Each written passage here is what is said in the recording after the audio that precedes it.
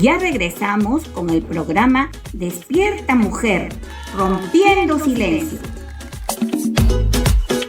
Ahora continúa con nosotros nuestra siguiente invitada. Es una activista del colectivo Flaves. Bienvenida, Jan. Estamos muy encantada de tenerte aquí. Bienvenida, Jan. Qué gusto saludarte. En el bloque anterior estuvimos conversando sobre la situación en salud sexual y reproductiva y cómo nos vemos de cara al 2024. Desde tu experiencia como activista joven, cuéntanos si has sufrido algún tipo de violencia en los centros de salud sexual reproductiva o si has escuchado algún caso. Si bien no he tenido la experiencia de poder asistir a un centro de salud a recibir atención en mi salud sexual y reproductiva, creo que también la idea de poder asistir a ello aún persiste conmigo en muchos adolescentes y jóvenes como yo. En lo personal no he asistido aún por este miedo que siempre he escuchado de otras experiencias, en las cuales cuando deciden pedir información se les niega, se les trata mal, se les dice ¿para qué quieres recibir esta información? Se les cuestiona demasiado de una manera no profesional, no de una manera para saber más del paciente, sino de una manera más juzgona. Y creo que esto obviamente va a hacer que adolescentes y jóvenes no quieran asistir a los centros de salud a recibir información y obviamente perjudica en gran escala su salud y en este caso la salud sexual y reproductiva. Desde tu posición de activista, mujer joven, ¿crees que tienes garantizada una atención integral en salud sexual? Yo como adolescente, mujer activista y joven, considero que no.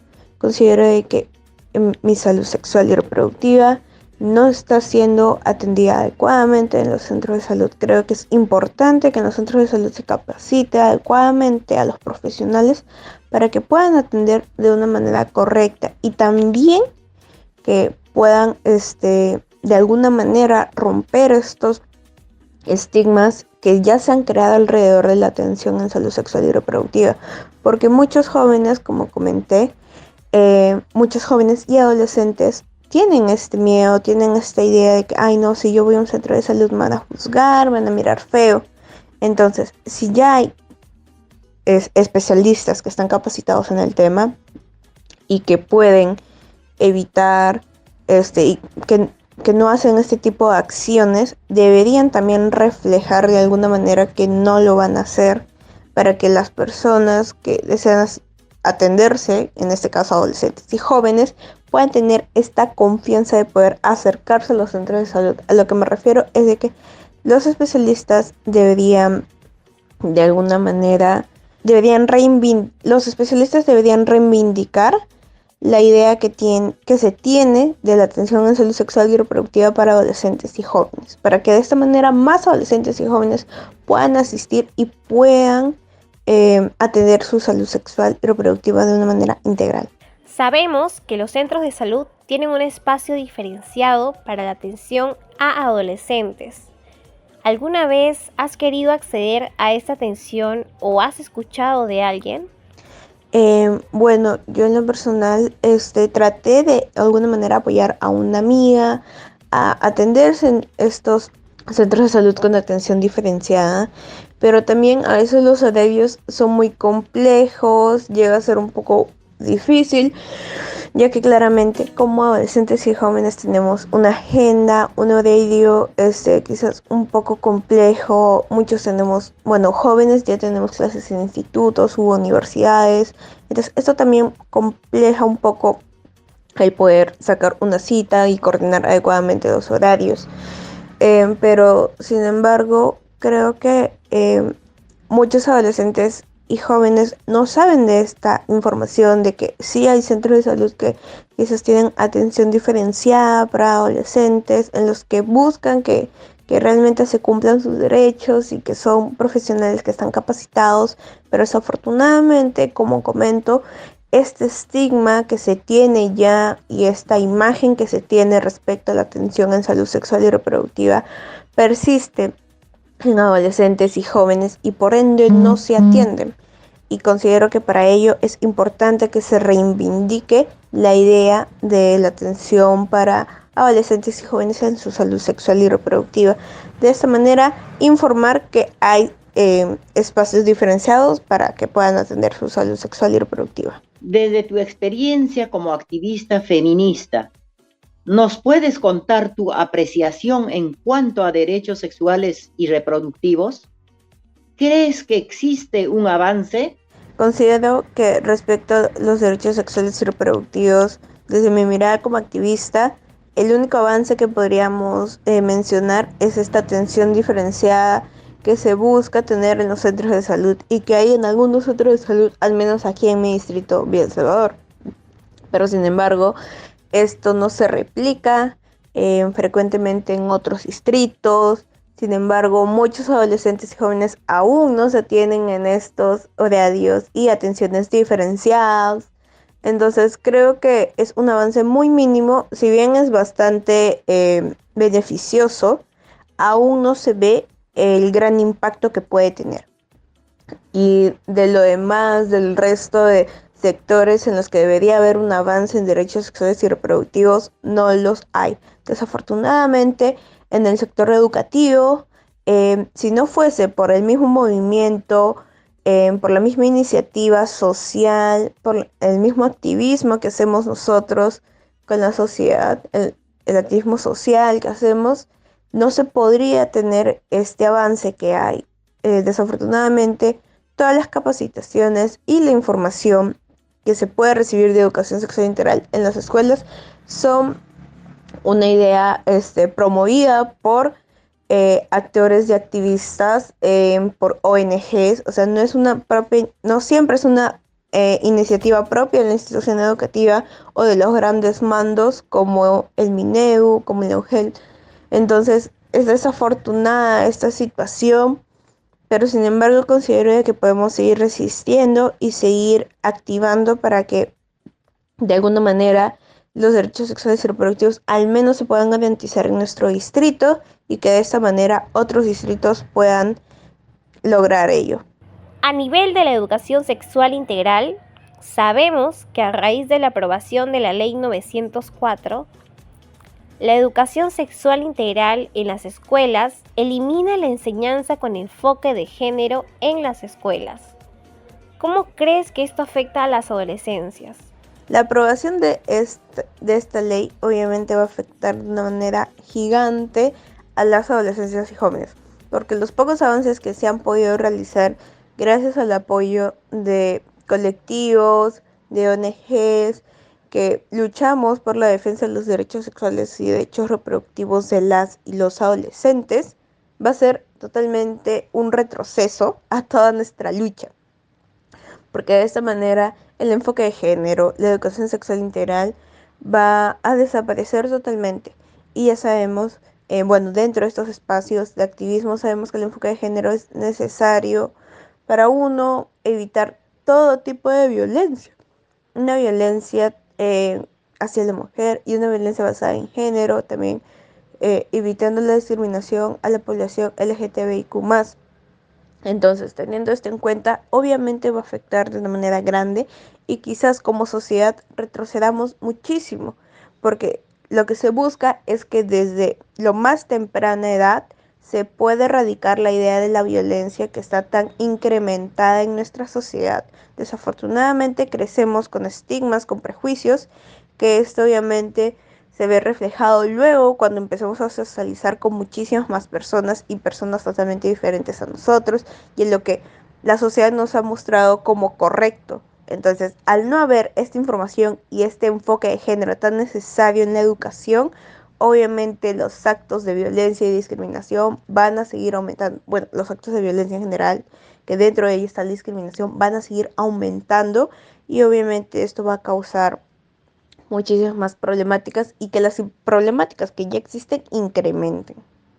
¿De qué manera la ESI nos ayuda en la protección de nuestros derechos sexuales y reproductivos? La educación sexual integral es una herramienta fundamental. Amo decir ello porque la educación sexual integral nos brinda demasiada información que puede garantizar nuestros derechos sexuales y reproductivos, y no solamente ello, nuestros derechos humanos en general. La educación sexual integral busca que nuestro bienestar físico y emocional esté totalmente intacto, que no se vulnere, y por ello es tan necesaria que se implemente en las escuelas.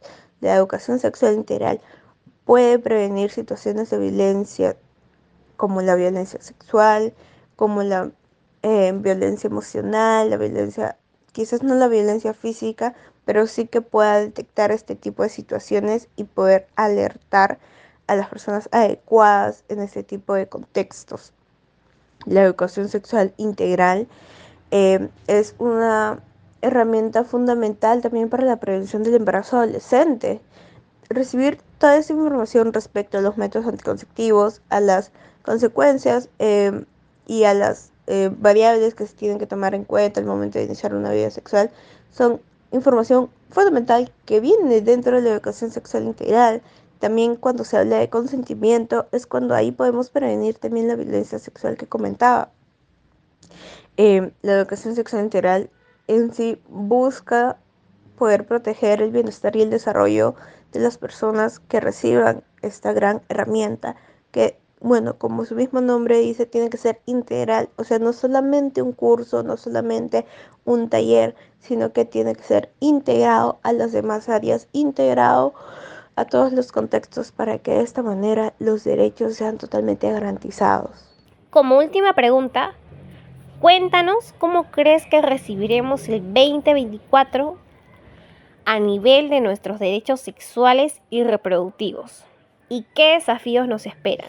Bueno, desafortunadamente con el contexto político que tenemos, con todas estas leyes que se han venido aprobando, la verdad creo que va a ser una lucha bastante grande en el 2024, pero sin embargo creo que también durante este 2023 han habido muchísimas más personas que se suman a esta lucha, desde obviamente desde el ámbito social, la lucha social. Entonces creo que es un panorama bastante incierto, pero algo que sí puedo garantizar es que va a ser una lucha continua, que va a continuar la lucha, pero que seguiremos resistiendo. Va a ser difícil porque, bueno, dentro del Congreso, dentro de nuestras autoridades, quizás no vemos muchos aliados, desafortunadamente, o muchas personas con iniciativa política que quiera garantizar los derechos sexuales y derechos reproductivos, porque desafortunadamente son derechos que se ven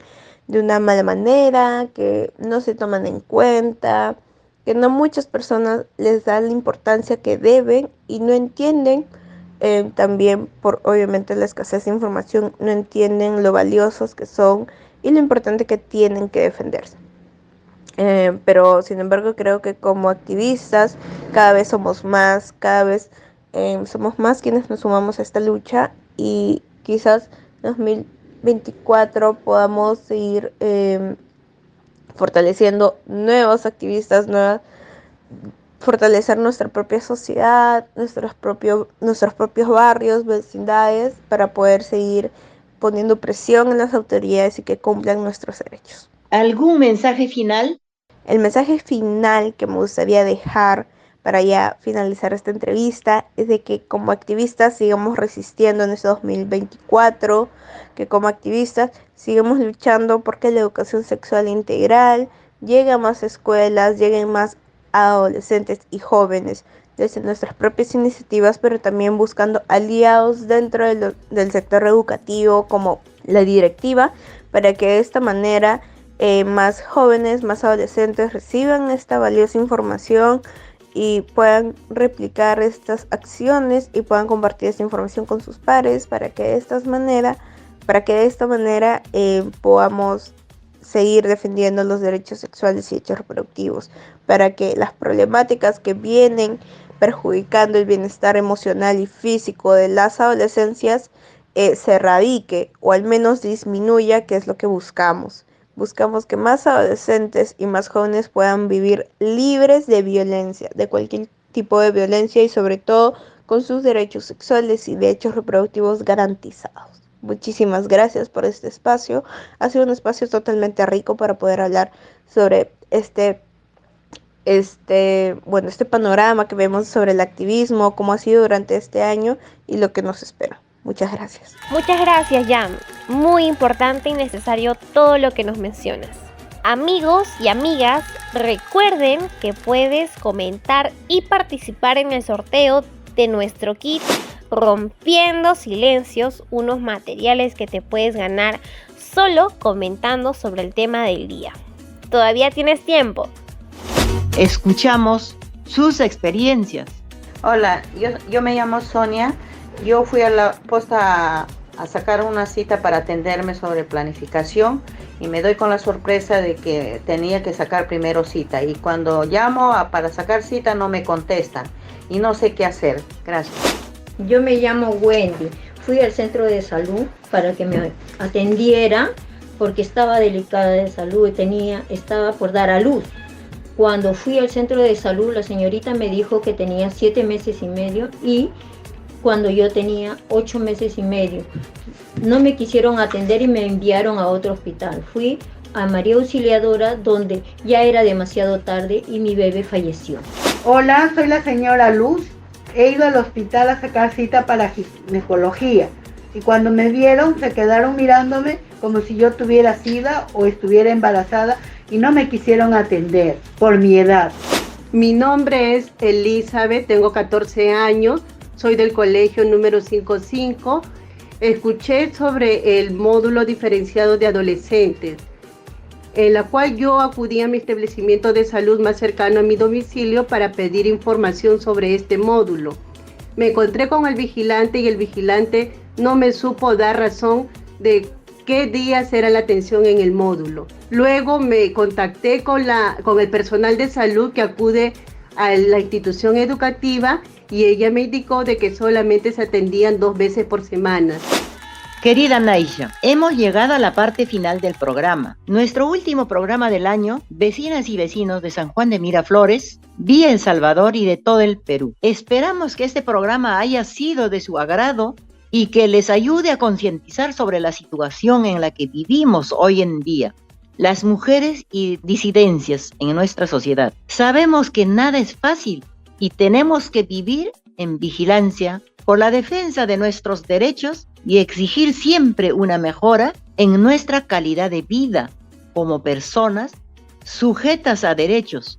Queremos vivir una vida plena y libre de violencias. Así es, Juanita. Las mujeres y diversidades merecemos una vida libre de todas las violencias y una salud sexual y reproductiva integral y sin perjuicios. Ha sido un gusto acompañarles en este último programa del año, pero no nos pongamos tristes, que el próximo año regresaremos recargadísimas y con las mejores energías para seguir luchando y defendiendo nuestros derechos. No hay tiempo para más. Gracias por quedarse hasta el final de este programa. Un abrazo muy fuerte a todas las personas que se han estado sumando a la transmisión en vivo. Mujeres y diversidades, juntas por una vida sin violencia. Es nuestro derecho, no lo olviden. Los resultados del sorteo del kit Rompiendo Silencios serán publicados el día de mañana a través de las redes sociales de Radio Estéreo Villa. Esto fue Despierta Mujer, Rompiendo Silencios. Sintonicen nuestro programa, como siempre, por la radio Estéreo Villa 101.7, suena mejor. Y con nuestras voces, muchísimo más. Buen inicio de semana. Abracitos a todos los oyentes y cuídense. Hasta la próxima.